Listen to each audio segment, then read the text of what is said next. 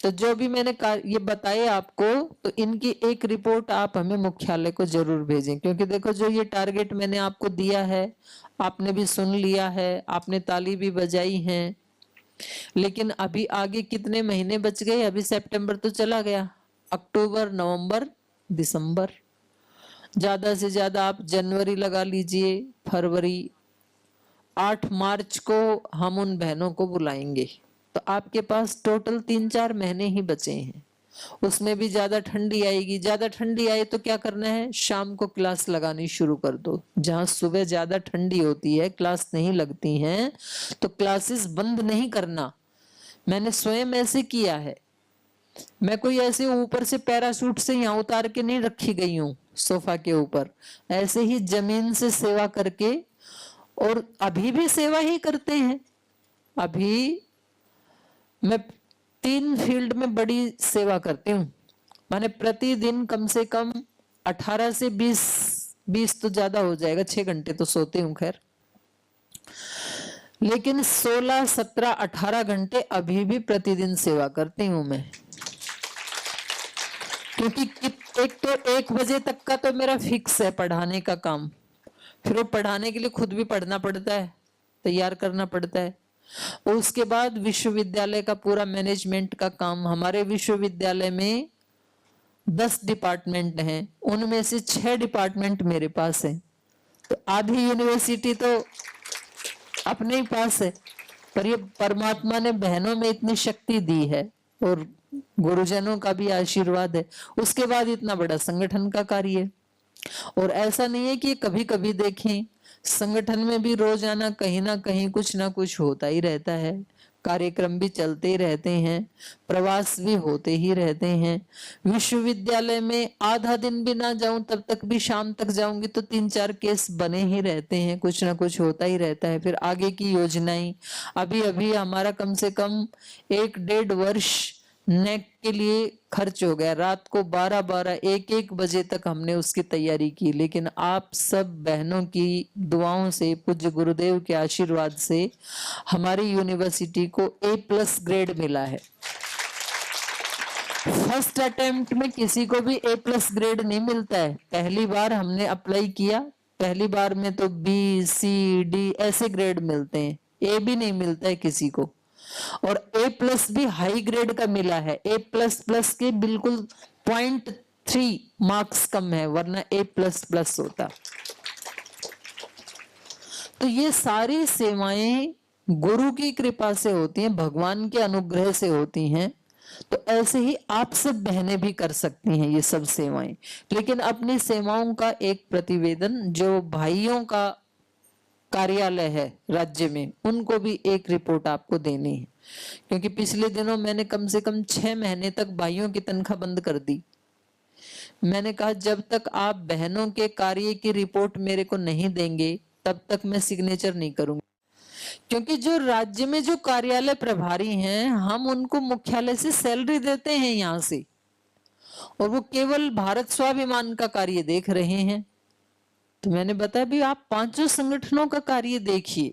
आपके पास राज्य कार्यालय में युवा भारत का भी रिकॉर्ड होना चाहिए, महिला पतंजलि योग समिति का भी होना चाहिए, भारत स्वाभिमान का भी होना चाहिए, पतंजलि योग समिति का भी। किसान सेवा समिति ज्यादा एक्टिव नहीं है अभी देश में, और 4 भी नहीं तो कम से कम 2-3 समितियों के तो पूरे रिकॉर्ड होने चाहिए उनके पास।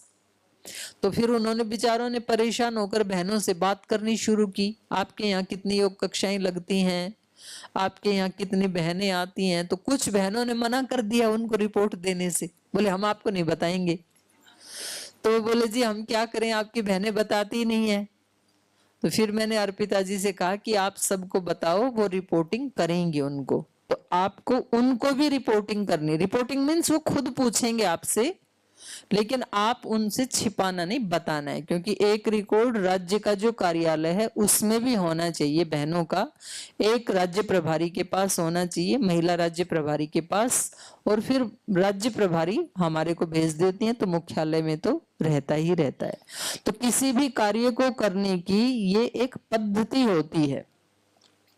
बिना रिकॉर्ड के आपने 10-15 साल सेवा की और उसके बाद या तो आपने स्वयं ही उस सेवा को छोड़ दिया, या तो कहीं शरीर में कोई ऐसी कोई व्याधि आ गई, कुछ ऐसा हो गया मान लीजिए, तो उसके बाद आपसे कोई पूछे कि कोई प्रमाण है आपके पास सेवा का, तो कुछ भी प्रमाण नहीं है आपके पास। बोल जी प्रमाण की क्या जरूरत है, होती है जरूरत।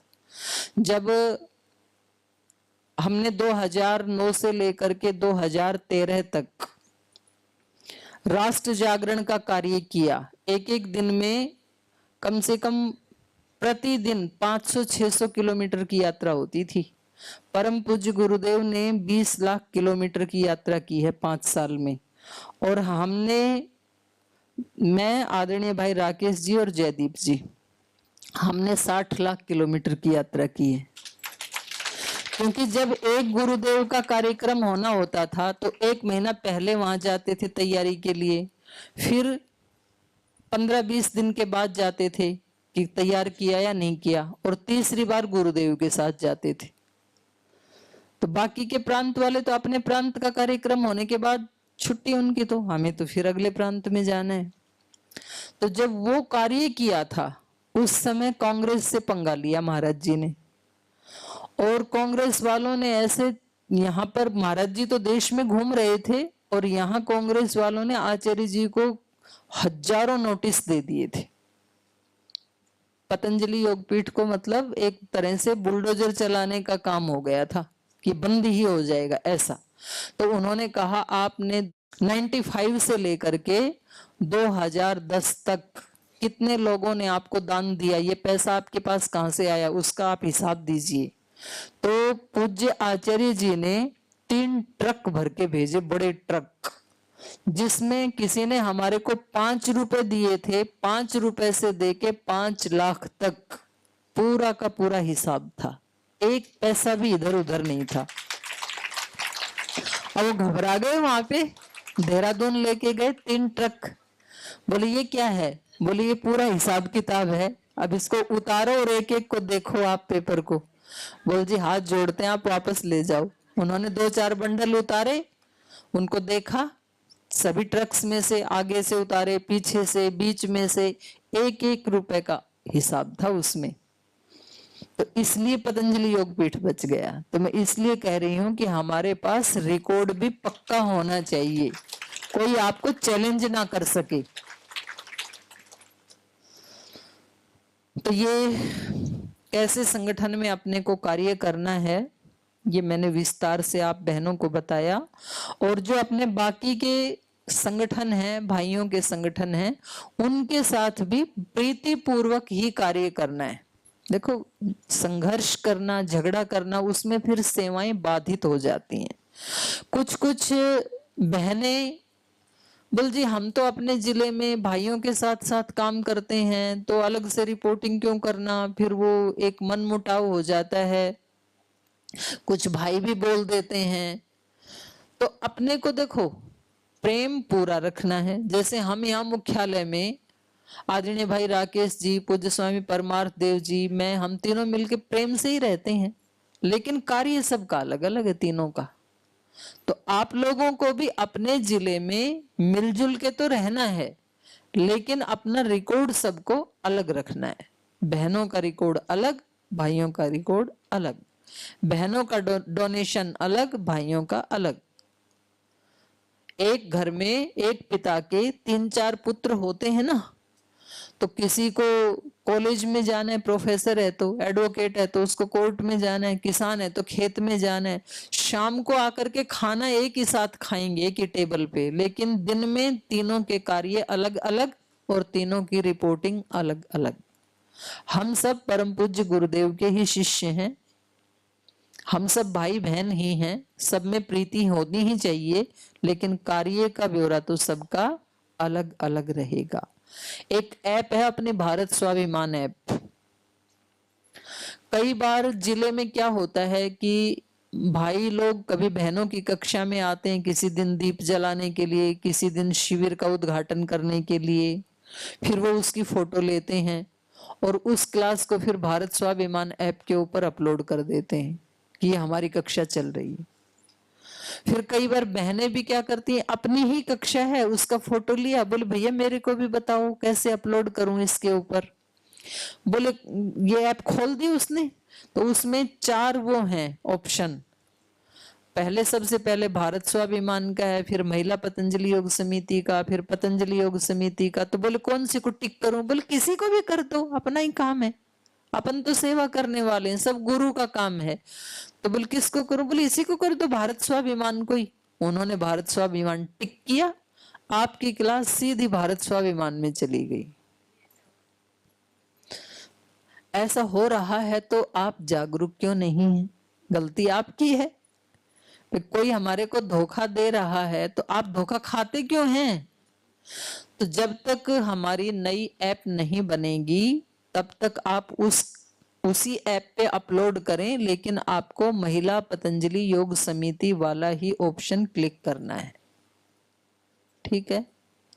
और नहीं तो मैं तो देसी ढंग से मंगवाती हूँ अर्पिता जी से। मैंने कहा जिस जिले में जितनी कक्षाएं बन रही हैं उनकी लिस्ट मंगवाओ आप, कौन कौन बहनें कहाँ कहाँ चला रही हैं, तो वो भी अपने दोनों ऑप्शन रखने हैं। अभी हम बहुत जल्दी अलग ऐप बना देंगे, झंझट ही खत्म हो जाएगा। महिला पतंजलि योग समिति की ऐप ही अलग बना देंगे, तो आप सब उसके ऊपर अपनी कक्षाएं अपलोड कर दीजिए। तो अब टाइम हो गया, 1 बज गया, और शाम के सत्र में पूज्य स्वामी यज्ञदेव जी आएंगे, यज्ञ के बारे में बताएंगे। और आज बड़े आचार्य श्री का आशीर्वाद भी आप सब बहनों को मिलेगा, शाम के समय वे भी आएंगे। तो अब 5-7 मिनट के लिए जो मैंने बताया उस विषय से संबंधित आप किसी भी बहन का कोई प्रश्न हो तो आप पूछ सकते हैं। जी बोलिए बहन। ओम दीदी, मैं भी वाराणसी से आई हूँ और मेरे हस्बैंड का ट्रांसफर हो गया है आगरा। तो अभी आगरा में किसी को मैं जानती नहीं हूँ, तो मैं चाहती हूँ कि आप मेरे को थोड़ा सा गाइड कर दे कि मैं कैसे तो आगरा में आप आदरणीय बहन अर्पिता जी से नंबर लेके जाना, वहाँ की जो समिति है उनके साथ जुड़ के आप सेवा कर सकते हैं। धन्यवाद दीदी। इनको दे दो बहन को, दूसरी को। जी बोलिए। हम लोग समूह में जब कभी प्रचार प्रसार के लिए योग के जाते हैं तो एक 5, 6 या 10 बहनों का ग्रुप बना के, है ना जी। तो हम लोग चाहते हैं जैसे अंग वस्त्र है, इसके बारे में मैंने कई बार मैसेज भी दिया है अपनी राज्य प्रभारी दीदी को कि हम लोगों को ऐसे अंग कौन सा प्रांत है आपका? मध्य प्रदेश पूर्व जबलपुर से। दूसरा, बहुत साल पहले हम लोगों को एक आई कार्ड मिला था, जहाँ कहीं हम जाते हैं तो हमारी विश्वसनीयता हो कि हाँ हम पतंजलि से जुड़े हैं।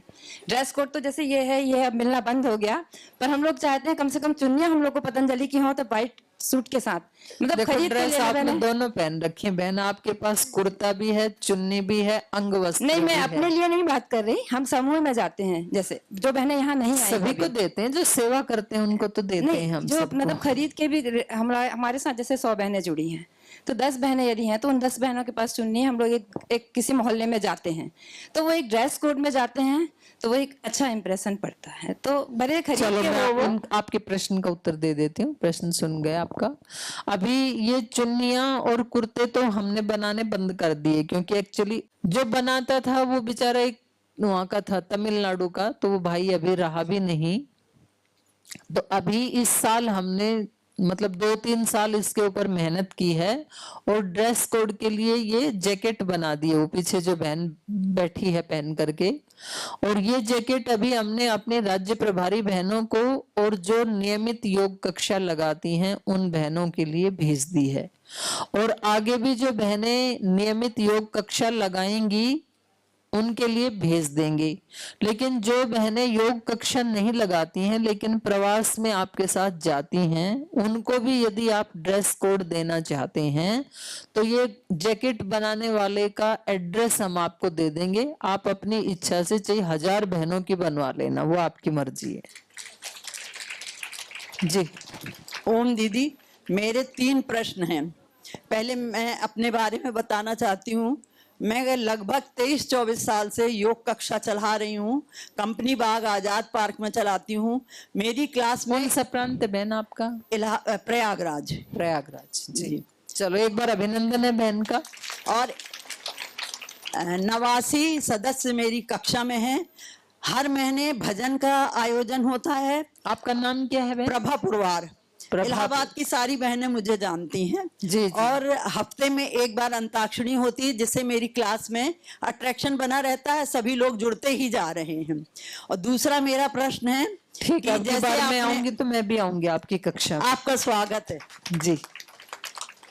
दूसरा प्रश्न मेरा ये है कि आपने पतंजलि के प्रोडक्ट को प्रमोशन के लिए कहा, तो और भी जैसी कंपनीज हैं, मोदी केयर है, एमवे है, ये सब थोड़ा सा डिस्काउंट देते हैं। तो कंपनी बाग में ये सब बहुत चलता रहता है, आपस में बहनें सामान अमान देती रहती हैं, अपने अपने कंपनी का देती रहती हैं। मैं चाहती हूँ कि पतंजलि भी इस तरह के कुछ स्कीम शुरू करे, जिसे हम थोड़ा सा डिस्काउंट देके देखो बहन, आपकी जानकारी के लिए मैं बता रही हूँ, जो हमारे नियमित योग कक्षा चलाने वाले योग साधक हैं, उनको हमने ऑलरेडी 10% के लिए बोल रखा है, पर वो अपना आई कार्ड लेके जाए और उसका आई कार्ड अपडेट होना चाहिए, लेकिन उसके साथ उसके कार्य की रिपोर्ट भी अपडेट होनी चाहिए। क्योंकि कोई व्यक्ति क्या करता है, जैसे आप तो कह रही हैं कि मैं 20 साल से लगातार कक्षा चला रही हूँ, आप तो 24 बता रहे हो, वैसे उस समय तो शायद महाराज जी भी नहीं लगाते होंगे। हाँ ठीक है, पर मैं तो कह रही हूँ 5-10 साल से भी कोई बहन लगातार यदि चलाती है तो उसका आई कार्ड अपडेट होता रहता है। अब कोई व्यक्ति क्या करता है, 3-4 महीने चलाई या 6 महीने योग कक्षा चलाई, फिर छोड़ देते हैं और वो डिस्काउंट लेने के लिए फिर सबसे पहले जाते हैं, तो फिर उसमें अव्यवस्था हो जाती है।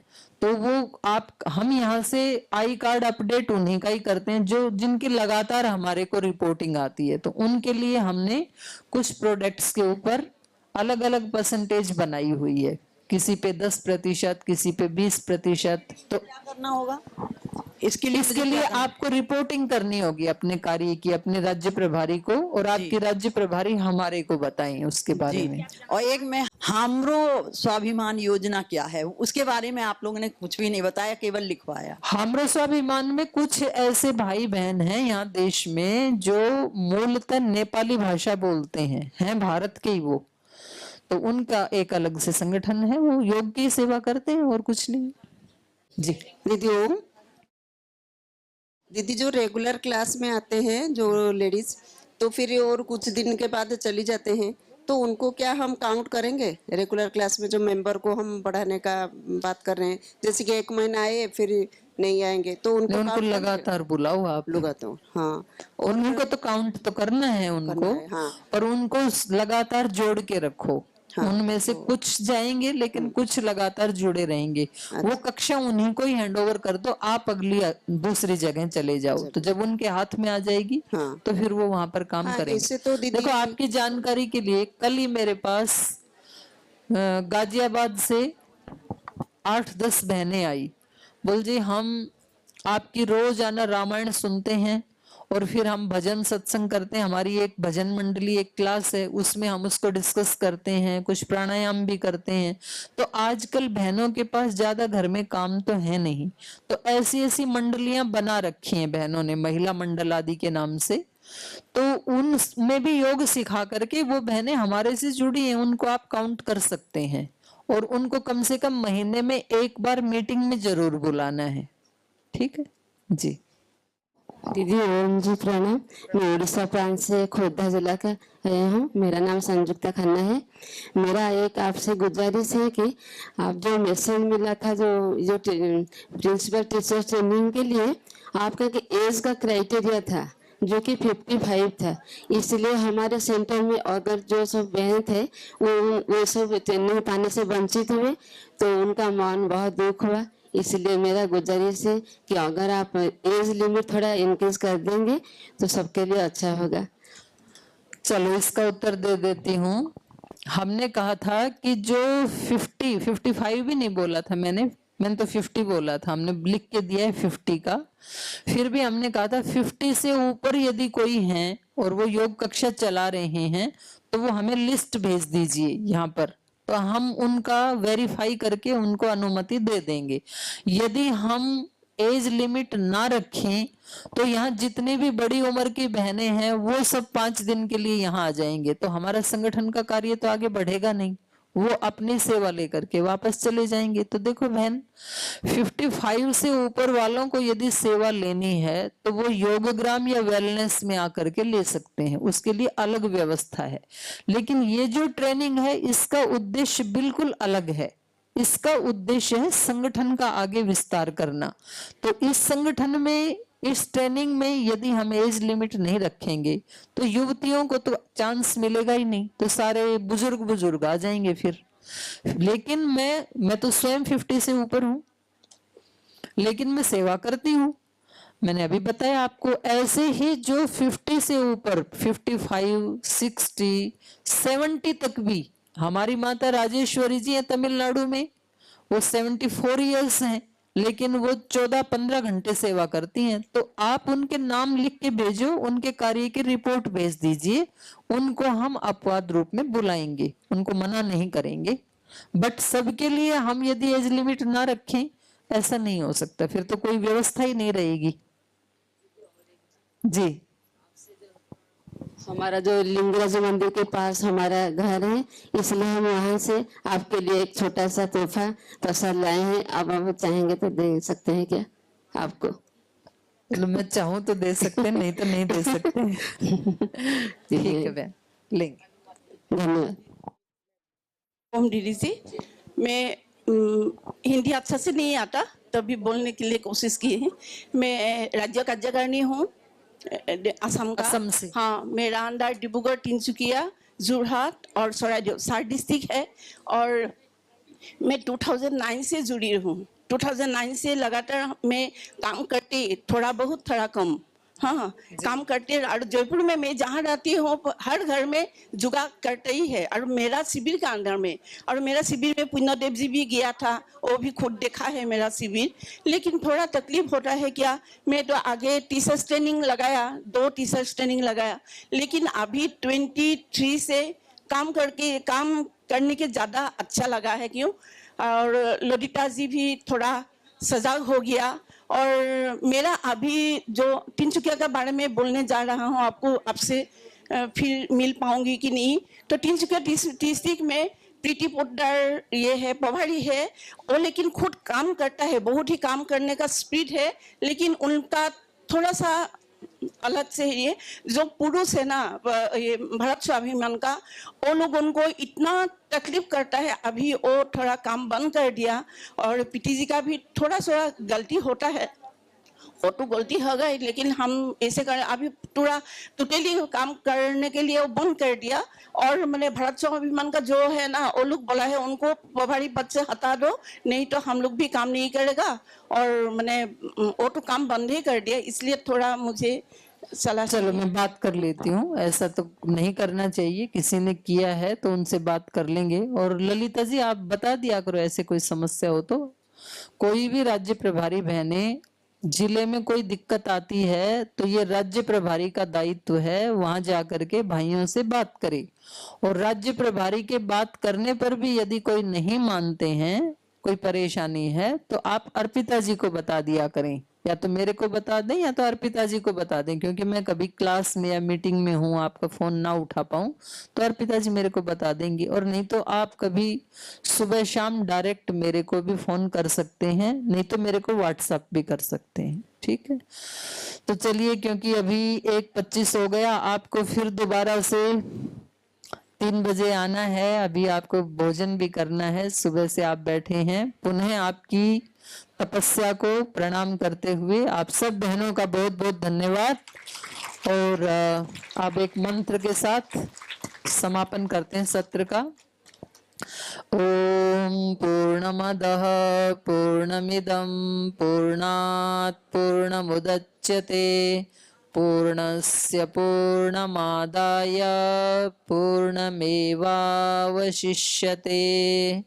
ओम सर्वे भवन्तु सुखिनः, सर्वे सन्तु निरामयाः, सर्वे भद्राणि पश्यन्तु, मा कश्चित् दुःखभाग् भवेत्। ओम शांति शांति शांति। श्री गुरुभ्यो नमः। सर्वाभ्यो नमः।